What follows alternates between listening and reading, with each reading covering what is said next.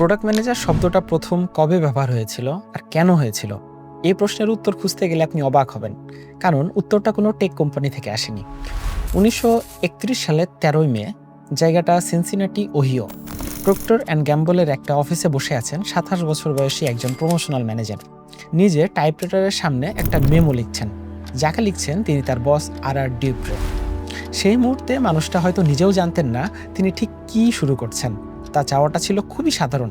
তিনি দুজন নতুন স্টাফ চেয়েছিলেন, কিন্তু তার লেখা এই মেমোটা আজ প্রায় 94 বছর পরে পৃথিবী জুড়ে লক্ষ লক্ষ মানুষের জব টাইটেল তৈরি করে দিয়েছে।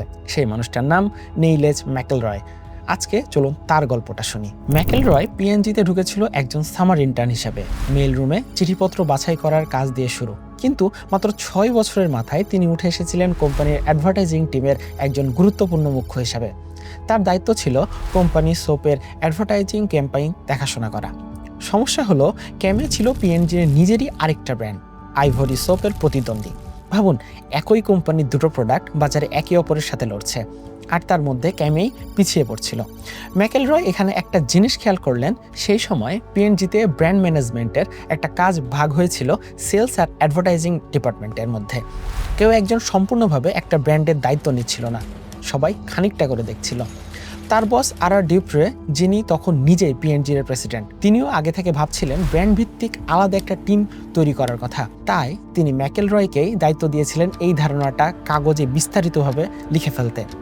আর সেখান থেকেই জন্ম নিল সেই বিখ্যাত মেমো। পিএনজিতে একটা কড়া নিয়ম ছিল, মেমো কখনোই এক পাতা বেশি হতে পারবে না। এই নিয়মটাই বানিয়েছিলেন তখনকার প্রেসিডেন্ট রিচার্ড ডিউপ্রে নিজে। ম্যাকেলরয় সেই নিয়মটা ভেঙে ফেলেন। তার মেমো দাঁড়ালো 800 শব্দে, প্রায় 3 পাতা জুড়ে। সেই মূল মেমোতে তিনি লিখেছিলেন ব্র্যান্ডম্যান নামের এই নতুন রোল, যার দায়িত্বটা ঠিক কী হওয়া উচিত ছিল। চলুন মূল টেক্সট থেকে সরাসরি কিছু লাইন পড়ি। তিনি লিখেছিলেন, যেখানে ব্র্যান্ড ডেভেলপমেন্ট ভালো যাচ্ছে, সেই টেরিটরিতে ঠিক কোন কম্বিনেশন অফ ইফোর্ট কাজ করছে সেটা মনোযোগ দিয়ে স্টাডি করতে হবে। আর একই ট্রিটমেন্ট তুলনীয় অন্য টেরিটরিতেও প্রয়োগ করতে হবে। আর যেখানে ব্র্যান্ড ডেভেলপমেন্ট দুর্বল, সেখানে সরাসরি সেই এলাকায় গিয়ে ডিলারদের, কনজিউমারদের সাথে নিজে কথা বলে সমস্যাটা খুঁজে বের করতে হবে। এই লাইনটা 1931 সালে লেখা, কিন্তু পড়লে মনে হয় যেন আজকে কোনো পিএম এর ডেইলি জব ডেসক্রিপশন। ডেটা দেখো কোথায় কাজ করছে, ইউজারের কাছাকাছি সরাসরি যাও, যেখানে কাজ করছে না প্যাটার্ন খুঁজে বের করো, তারপর সেটা অ্যাপ্লাই করো। মেমোতে আরেকটা গুরুত্বপূর্ণ লাইন ছিল, তিনি লিখেছিলেন ব্র্যান্ডম্যানদের ফিল্ড ওয়ার্কে বেশি সময় দেওয়া উচিত, অফিস ওয়ার্কে কম, কারণ অফিসের কাজই তাদের সবচেয়ে জরুরি ফিল্ড স্টাডি থেকে দূরে সরিয়ে রাখছিল। ম্যাকেলরয় চাইছিলেন দুজন লোক নিয়োগ দিতে, যাদের একমাত্র কাজ হবে সব প্রোডাক্ট এর ফিল্ড চেকিং করা, যাতে এক্সিস্টিং ব্র্যান্ডম্যানরা তাদের নিজেদের অফিসের কাজে এই সহকারীদের হাতে দিয়ে নিজের বেশি সময় ফিল্ডে কাটাতে পারেন। আর মেমোর সব থেকে সাহসী অংশটা ছিল এটা, তিনি প্রস্তাব করলেন প্রতিটি ব্র্যান্ড টিমকে এতটা স্বাধীনতা দেওয়া হোক যাতে তারা চাইলে নিজেদেরই কোম্পানির অন্য ব্র্যান্ডের সাথে খোলাখুলি প্রতিযোগিতা করতে পারে। এই সিদ্ধান্তের পেছনে একটা যুক্তি ছিল। ম্যাকেলরয় লক্ষ্য করেছিলেন পিএনজির বড় ব্র্যান্ডগুলো সবসময় রিসোর্স আর অ্যাটেনশন টেনে নিচ্ছিল ছোট নতুন লঞ্চ হওয়া কোনো প্রোডাক্টগুলোর কাছ থেকে। তিনি ভয় পাচ্ছিলেন এভাবে চলতে থাকলে পিএনজির বাইরের কম্পিটিটরদের সাথে ধীরে ধীরে দুর্বল হয়ে পড়বেন। ম্যাকেলরয় তার সেই দুইজন হায়ার পেয়ে গেলেন, কিন্তু তার নতুন ধারণাটা সবাই এত সহজে মেনে নেয়নি। হিস্টোরিয়ানরা লিখেছেন পিএনজির সেলস ফোর্স শুরুর দিকে ব্র্যান্ডম্যানদের দেখত রীতিমতো সন্দেহের চোখে।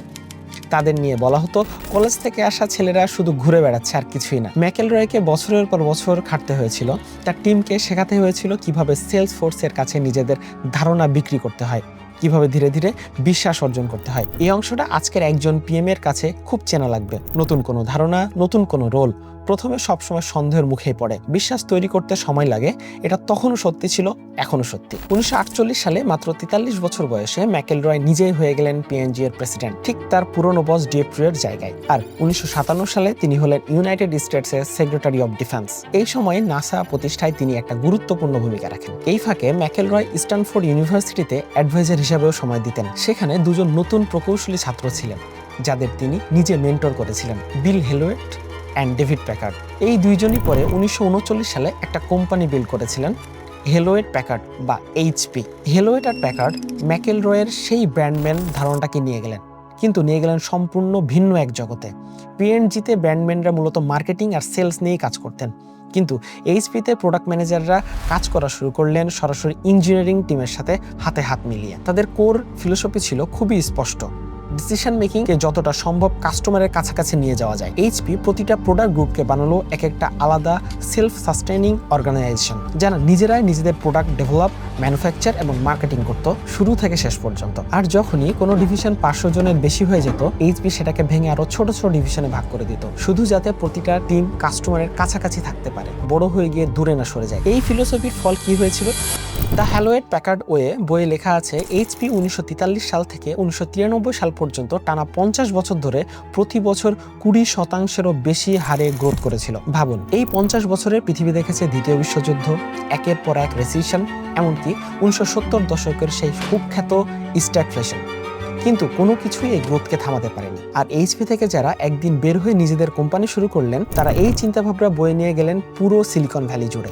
সেখান থেকে এটা ছড়িয়ে পড়লো গুগলে, অ্যামাজনে, মেটাতে, আর আজকের প্রায় প্রতিটা বড় টেক কোম্পানিতে। একটা মেমো যেটা লেখা হয়েছিল শুধু একটা সোপ ব্র্যান্ড বাঁচানোর জন্য, ঘুরে ফিরে সেটাই জন্ম দিল আজকের সবথেকে গুরুত্বপূর্ণ টেক রোলগুলোর মধ্যে। চলুন পুরো টাইমলাইনটা একসাথে দেখে নেই। 1931 সালে ম্যাকেলরয়ের সেই মেমো জন্ম দিল ব্র্যান্ডম্যান ধারণা। 1939 সালে 40-এর দশকে এইচপি প্রতিষ্ঠিত হলো, আর টেকনোলজি ইন্ডাস্ট্রিতে প্রথমবারের মতো তৈরি হলো ফর্মাল প্রোডাক্ট ম্যানেজমেন্ট রোল। 1986 সালে হার্ভার্ড বিজনেস রিভিউতে হিরোটাকা টেকিউজি আর ইকুজিরো নোনাকার একটা বিখ্যাত পেপার প্রকাশ পেল, নাম the new product development game. এই পেপার এই প্রথমবার ডেসক্রাইব করা হলো কিভাবে একটা cross functional self organizing team বড় একটা লক্ষ্য নিয়ে কাজ করতে পারে, অথচ নিজেদের স্বাধীনতাও ধরে রাখতে পারে। পরবর্তীতে এই ধারণাটাই দাঁড়ায় অ্যাজাইলের ভিত্তি হিসাবে। 2001 সালে এলো অ্যাজাইল ম্যানিফেস্টো, যা ইঞ্জিনিয়ারিং এর প্রোডাক্ট ম্যানেজমেন্টের সম্পর্কটাই চিরতরে বদলে দিল। 2008 সালে প্রকাশিত হলো মার্টি কাগান এর বই ইন্সপায়ার্ড, যেখানে প্রথমবার স্পষ্ট করে লেখা হলো একজন পিএম এর আসল কাজ শুধু ফিচার ডেলিভারি করা না, বরং সঠিক প্রবলেম খুঁজে বের করা। আর আজকে প্রায় 1 শতাব্দী পরে দাঁড়ায় একজন ভালো পিএম এর কাজের কোর প্রিন্সিপাল ঠিক একই আছে, যা ম্যাকেলরয় লিখে গিয়েছিলেন সেই 800 শব্দে। কাস্টমারকে জানো, তাদের সমস্যাটা বোঝো, তারপর সেটা সমাধান করো। এই পুরো ইতিহাস থেকে 3টা গুরুত্বপূর্ণ জিনিস শেখার আছে, যে আজকের একজন পিএম এর কাছেও একদম সরাসরি প্রাসঙ্গিক। প্রথমত, পিএম রোল জন্ম নিয়েছিল একটা অর্গানাইজেশনাল সমস্যা সমাধান করতে, কোনো নতুন প্রযুক্তির হাত ধরে না।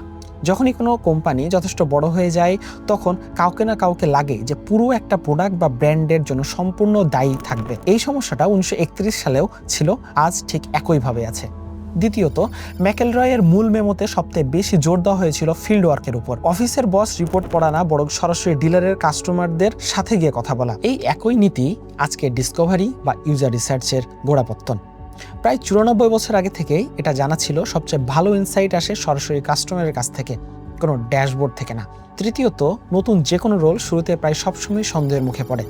ম্যাকেলরয়ের ব্র্যান্ডম্যানদের প্রথম দিকে পিএনজির সেলস ফোর্স সহজে বিশ্বাস হয়নি। আজকেও অনেক অর্গানাইজেশনের নতুন পিএমদের ঠিক একই রকমের সন্দেহের মুখোমুখি হতে হয়, বিশেষ করে যেসব কোম্পানি সবে প্রোডাক্ট সেন্ট্রিক হতে শুরু করেছে। এই ইতিহাসটা দেখায় বিশ্বাস অর্জন করাটাই এই রোলের একটা চিরন্তন অংশ, আর সেটা অর্জন হয় শুধু সময় আর ধারাবাহিক কাজের মধ্য দিয়ে। 1931 সালে যখন ম্যাকেলরয় সেই মেমো টাইপ করছিলেন, তিনি নিজেও হয়তো কল্পনা করেননি এটা এত দূর গড়াবে।